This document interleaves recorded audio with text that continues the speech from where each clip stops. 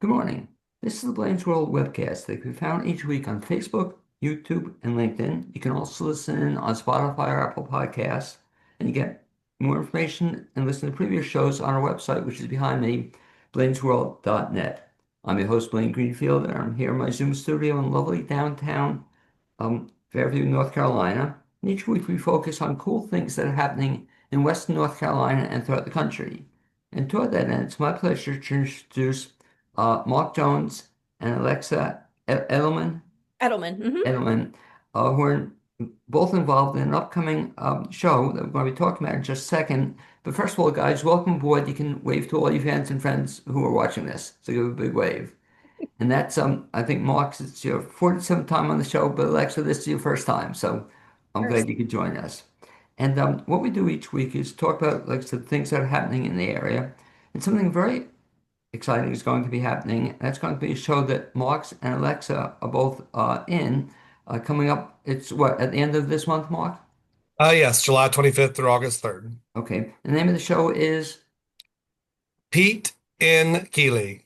and what's exciting about it is I had seen the show, I think, many years ago, but Alexa, you had never seen the show. Is that correct? That is correct. Okay. Had you even heard of it before? I heard Mark mention it a few years ago. Okay. And that ties into what Mark does, I think, with his partner in some of these theatrical productions, Eric Martinez. And what is it, Mark? The two of you started a production company of sorts to put on plays that nobody else does? Correct. Eric started it and then asked me if I wanted to join as, I guess, sort of a co-artistic director, per se, but to help pick shows and other things too. So, but it's all Eric's company. He started it, and so So all the good stuff we can give credit to Eric Martinez. Anything that messed up, we'll kind of blame on you, Mark, right? So you okay, that works. What's so great about this company is, though, you're doing stuff, including this upcoming show, that other people aren't familiar with, and ties into just the most recent show. I thought was fantastic. That was what, Mark?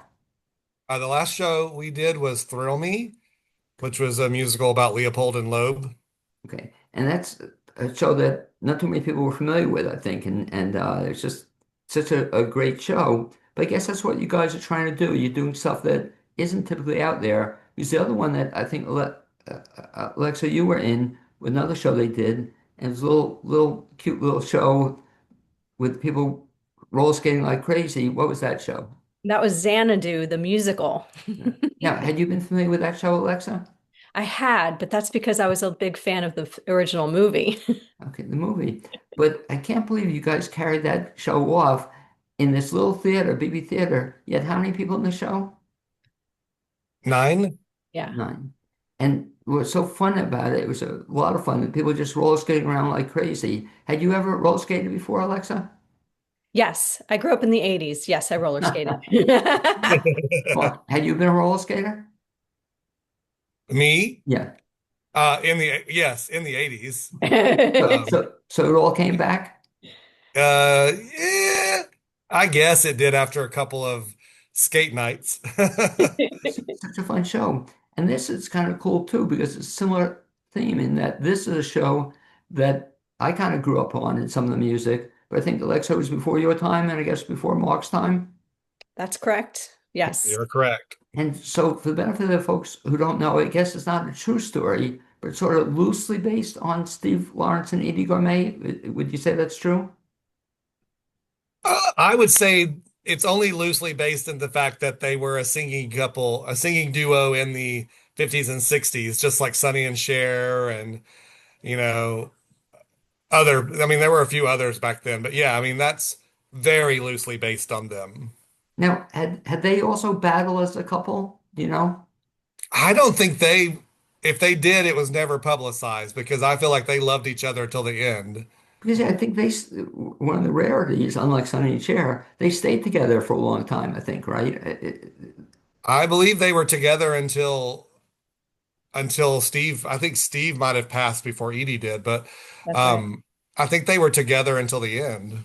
Mhm. So let me ask you, Alexa, in terms of preparing for the show, so is before your time, how do you prepare for Um, just going back and watching a lot of videos of singers like that used to sing all the standards back in the 50s and 60s between well, Mark and I had a lot of fun passing videos back and forth of Steve and Edie and other just singing and choreography from that era and just trying to get inspiration from them. But yeah, like all of those old standards, like you had your um, between Frank Sinatra and even Barbara Streisand and those earlier numbers, and um, um, Judy Garland, and I'm sorry, I'm drawing. Oh, Bobby Darin, like all of those great singers of the 50s, and just using that as an inspiration, I guess. Yeah.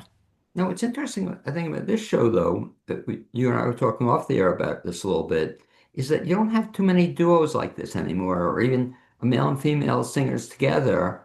I don't know, are there any singers like that out now? I don't think so. Can't I think mean, of. I don't know of any singing duos that are around now. They're all it's either a group or they're solo. And So, oh no, go ahead. yeah, you're going to say, Alexa, I'm sorry. No, I was just going to say I'm kind of dorky and I don't pay attention to a lot of popular music. So if there is, I'm not aware of it. Well, even this music, you said you don't pay attention to familiar music. This music, had you been familiar with it? A lot of it, yeah. Yeah, yeah. And there's a few new songs, but and even the new songs really evoke the style of that era. So yeah, they all So, feel familiar, even if they're not. so for the benefit of the folks who don't know the show, which is most people walk, because again, I don't know, is this the first time it's ever been produced in the Asheville area? Actually, no. They did the show, oh my gosh, back in the 90s. There was a new theater company that tried to start in Asheville, called the Albemarle Theater Company or something like that. And they did the show, but it didn't succeed. And I think the reason it didn't do well is because they brought in actors from New York out of town to do the show, and instead of using local actors to do it. Mm. The theater company itself closed down shortly thereafter. So I think there was a lot of stuff going on behind the scenes that contributed to the failure of the theater and the show and other things. So, but yeah, it was a long time ago. I had forgotten about it too because, they had had a whole season planned, um, that just didn't, Pete and Keely, Songs for a New World. Something else was in there, but it was back in the 90s. It just didn't, yeah, it didn't succeed. Now, for the benefit of the folks who don't know the show, which I think is just about most everybody, what's kind of a Reader's Digest version of what this show is all about? Well, it's 1968, and Pete and Keely are have been invited to do a NBC television special. It's a reunion for them, and they haven't seen each other in 5 years since they had a falling out at Caesar's Palace. So yeah, they're now back together to perform for an audience in front of a live studio audience. Um, but they don't necessarily care for each other too much. Now, what's fun about this show then, so the people in the audience will actually be kind of the live studio audience of the That show, is correct. Uh-huh. and they're getting participating, or are there signs for them to applause and all that stuff? There will be an applause sign, yes. Okay, very cool. Now, one of the things I think that's really impressive about this show is that not only the two of you, but you also have a three-piece band or orchestra in that. Is this correct? It's And correct. We have a live band. and so who's in the live band? Well, John Crawley is our music director and pianist. We have David Bruce, who is playing percussion. And then we have Zeke Puckett, who will be playing bass for the show. Now that's kind of unusual too, isn't it, Mark, that you're actually bringing in a live orchestra, if you will, because so many shows nowadays aren't using live bands. Is that true? It's a mix. Yes, they're all things people are starting to bring back live music. So, it's yes, that we do have a live band. The next show we do will be back to music tracks because we can't fit it with the amount of actors we have in it. We can't fit the actors and the band and everybody else in the space that we have. But For this one, we needed a live band. It made more sense. Now that's a tease. You mentioned it. What's the next show you're doing?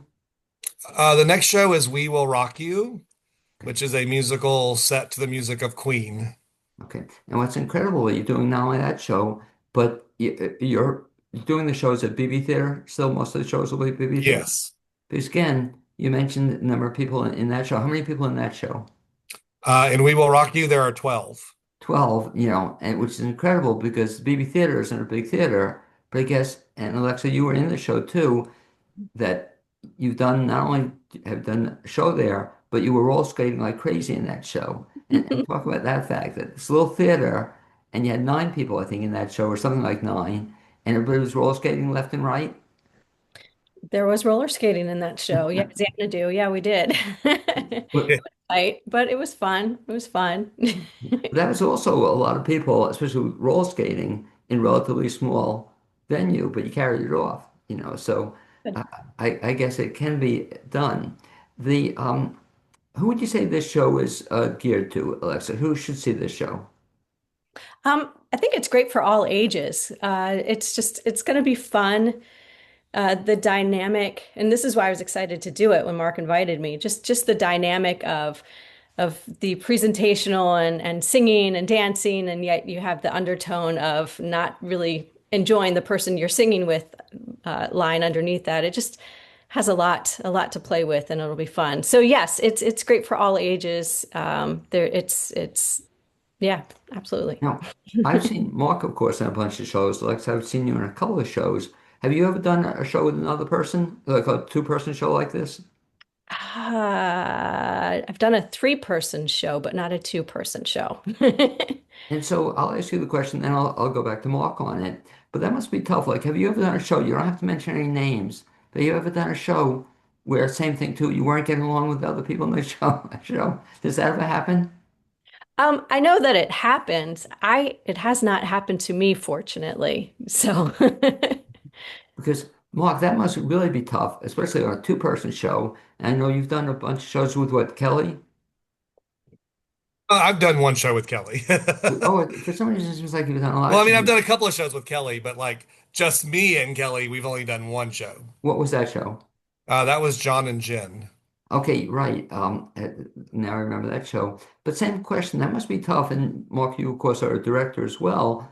That when you have people in a show or performing who don't get along, have you had that experience?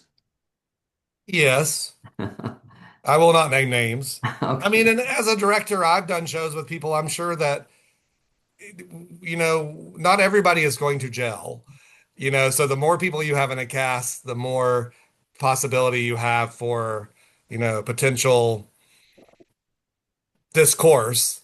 Um, but I always try to have a group of people that I feel like will all get along, and have a good show. So, Well, and one of the things you do, which is kind of cool, as you said, Mark, oftentimes you bring in a lot of the same people, into some of your shows, which I think is great. Like you mentioned Eric before. You've done, not only you're doing this production company with Eric, but you've also done several shows with him, as well. yes. And even too, talk a little bit about the music behind this. Then you may mention or off the air. So you have this three-piece orchestra, but a lot of those folks you've worked with in the past. Is that correct? That is correct. I haven't worked with Zeke yet, Right. but I've heard great things about him. But I've worked with Dave Bruce many times for musicals and also John Crawley as well. So, Okay. And Alexa, have you ever worked with the two of them before? I don't know if I've worked with David Bruce. Um, I don't think I've done a show yet with John. This, I think, was my first show with John.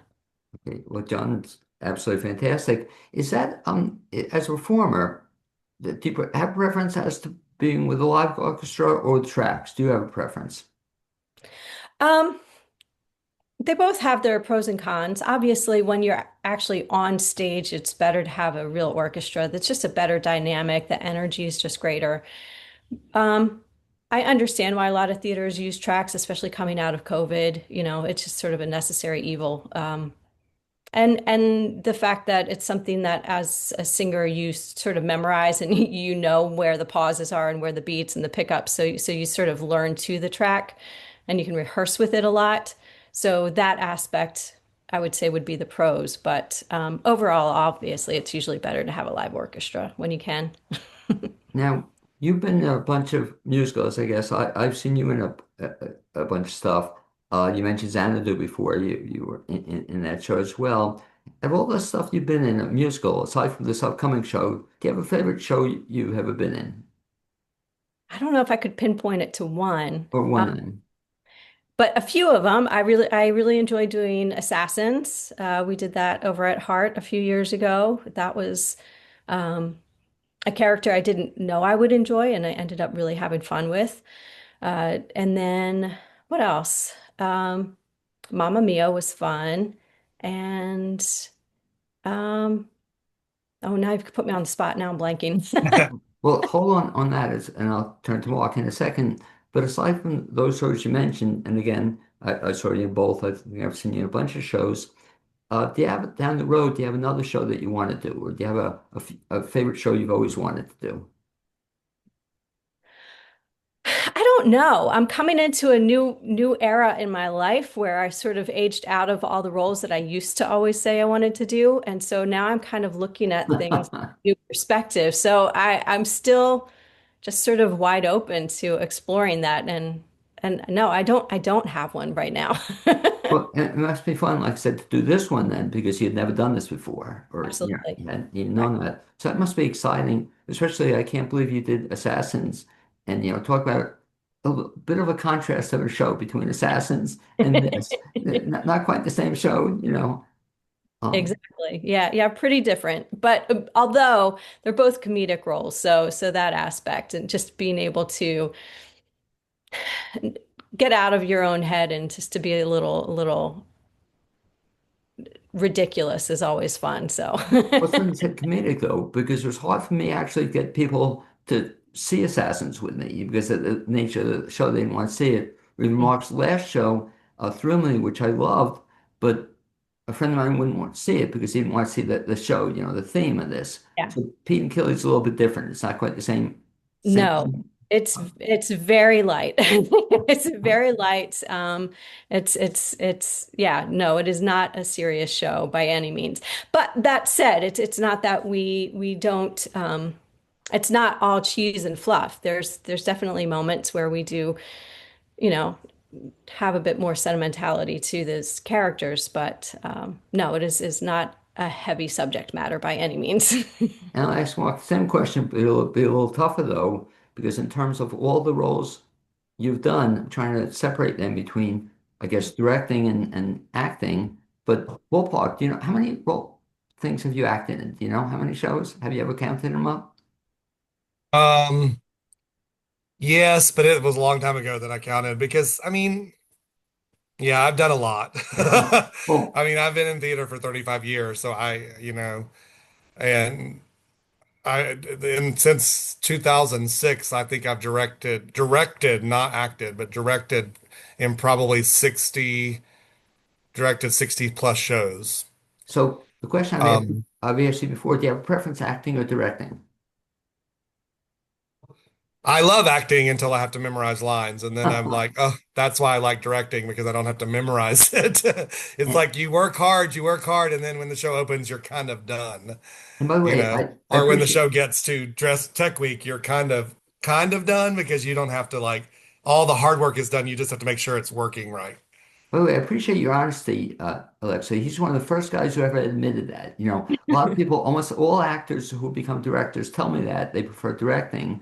But the reason is, they don't say that Mark did that. It's, you don't have to memorize the lines. Out of all the shows you've done, we'll talk about, first of all, the acting. Does one or two stick out in your mind? For me, I mean, well, when I played Buddy Holly in Oh, yeah. 2010, that was probably a show that, you know, I got the most attached to. And it was because so many people were, coming to the show and who lived in the Buddy Holly era and were just giving me such praise about how much I reminded them of their youth and of Buddy Holly, himself. And so I loved that show. I mean, I will be Buddy Holly till the day I die, and that's fine, Wait, wait, that sounds like a song to the, was that the name of a song to the day I die? Maybe. I mean, that's probably a lyric. I think that's a lyric in American Pie, Yeah, which it is a was song about Buddy Holly. that I knew it. Alexa, did you see Mark in that show? No, I Yeah. was not in Asheville yet. I missed The it. absolute best, just brilliant. And then the first thing I may have seen you in Asheville, Mark, was I don't know if it was the first one, but Hairspray. I just loved your performance in Hairspray. That was fun. Corny Collins was also a fun role to play. Um, and that's like the Princess track. We love shows where you you only have a few scenes and a couple of songs and you're done.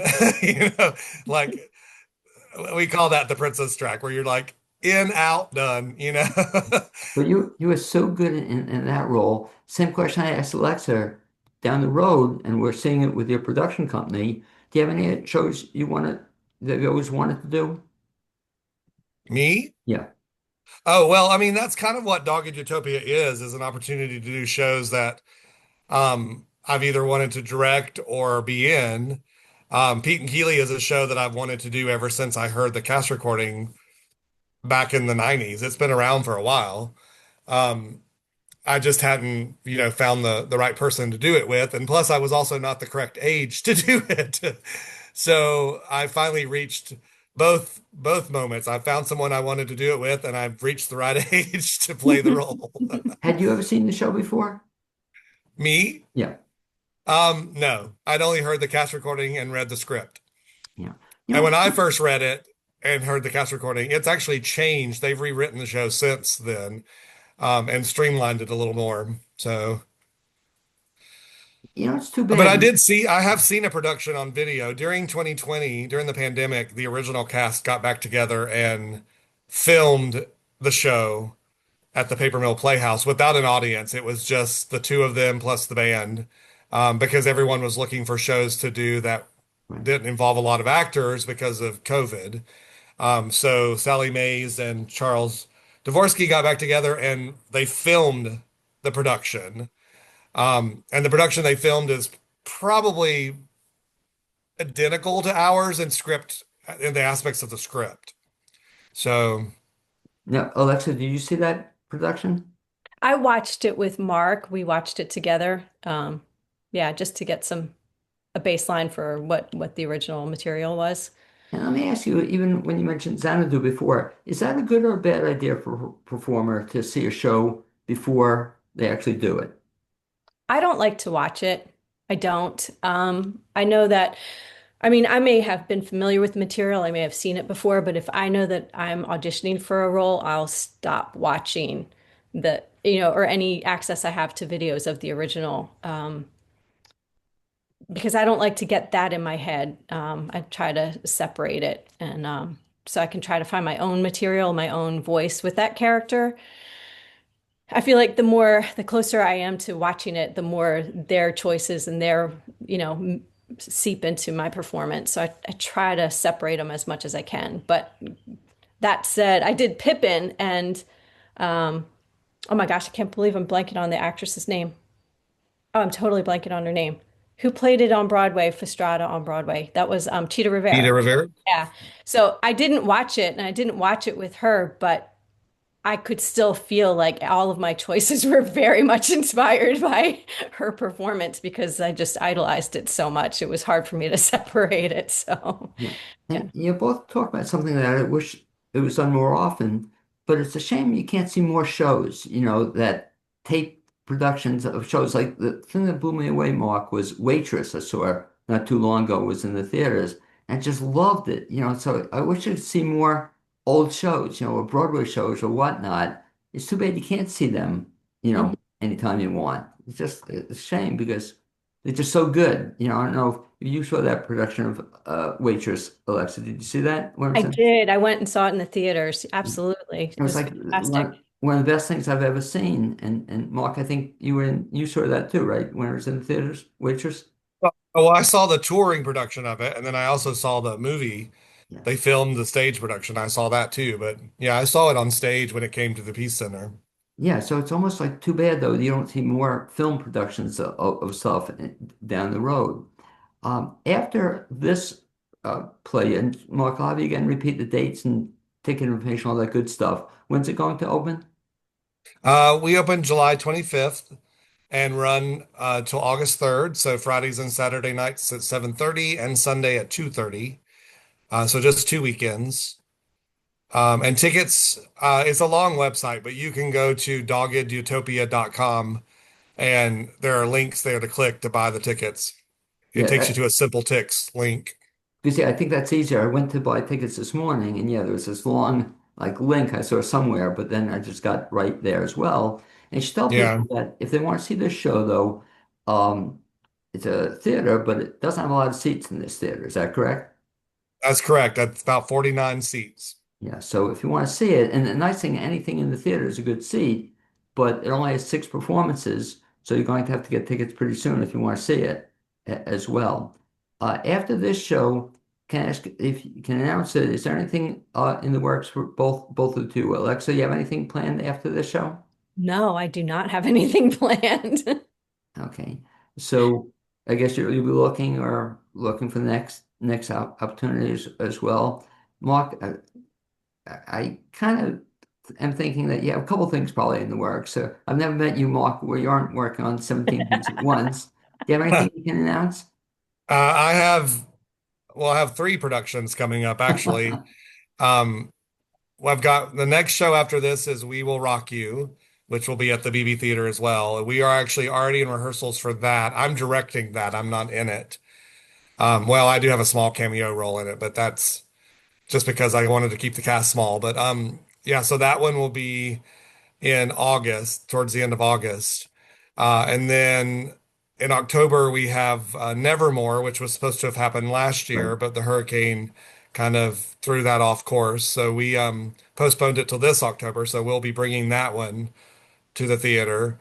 And then after that, we have Wuthering Heights in November, which was also supposed to have happened this year, but we had to postpone due to an illness. So it's coming back in November. Yeah, And and I've got other shows in the works for next year, but I can't talk about those yet. I'm looking forward to these because you mentioned shows, and they're all, for the most part, you guys are putting on musicals. Is that Um, this year, yes. yeah. But what's so We have been talking about some things for next year, so there is a possibility of doing a play next year. So, What's so cool about those? So those shows I've never seen before, and for the most part, I haven't seen locally. It's the other show you should mention that I thought you were brilliant in. You and Eric did that two-person show. What was the name of it again? Where, oh, the story of my life. yeah. And Yeah. did you see that, Alexa? I did. I did. It was great. Yeah, but just the two of you in this little two-person show, but it was just fantastic. But again, Alexa, I was so excited because I'd never seen it before. So, oh no, that one I had seen. Mark, I'll have you tell the story. Again, one of the first roles I ever saw you in. You were in that actually, but it was kind of Yes, cool. It was the opposite role. that is correct. I had done the show with Brad Shaw Call, and I played the other role that Bradshaw played the role I played in the one with Eric, and then I played Eric's role in the one with Bradshaw. So yeah, I've done the show twice, but I've played both roles. Had you ever done that before? Switched the role? Who, me? Yeah. No, actually, I've never done it that way. I've always, I did Chorus Line, where I played BeBe Bensenheimer, who was one of the ones in At the Ballet, and then I did it again and I played Maggie. Oh, So now I just need to do it a third time to play Sheila, and I've done all three roles in At the Ballet. that was probably fun for you though, was it, to have played the different roles? It is. It is. Yeah.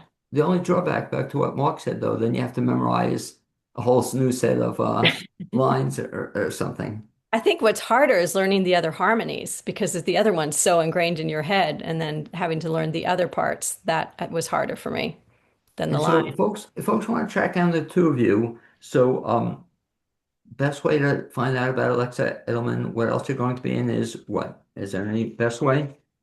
No, I don't have a website or anything. I guess just on social media. But I'm probably after this one taking a little break before I start thinking about auditioning again. So Well, even you mentioned this, just for the benefit of people who don't realize how much time you put into this.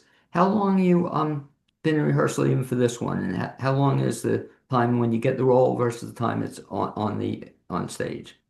It's usually about, I would say, an average of 6 weeks where you're rehearsing like 4 times a week for 2.5 hours to 3 hours, 4 days a week for 6 weeks until you get into tech. So it's a big commitment on top of working full time. So I like to find balance in my life and have some time off in between.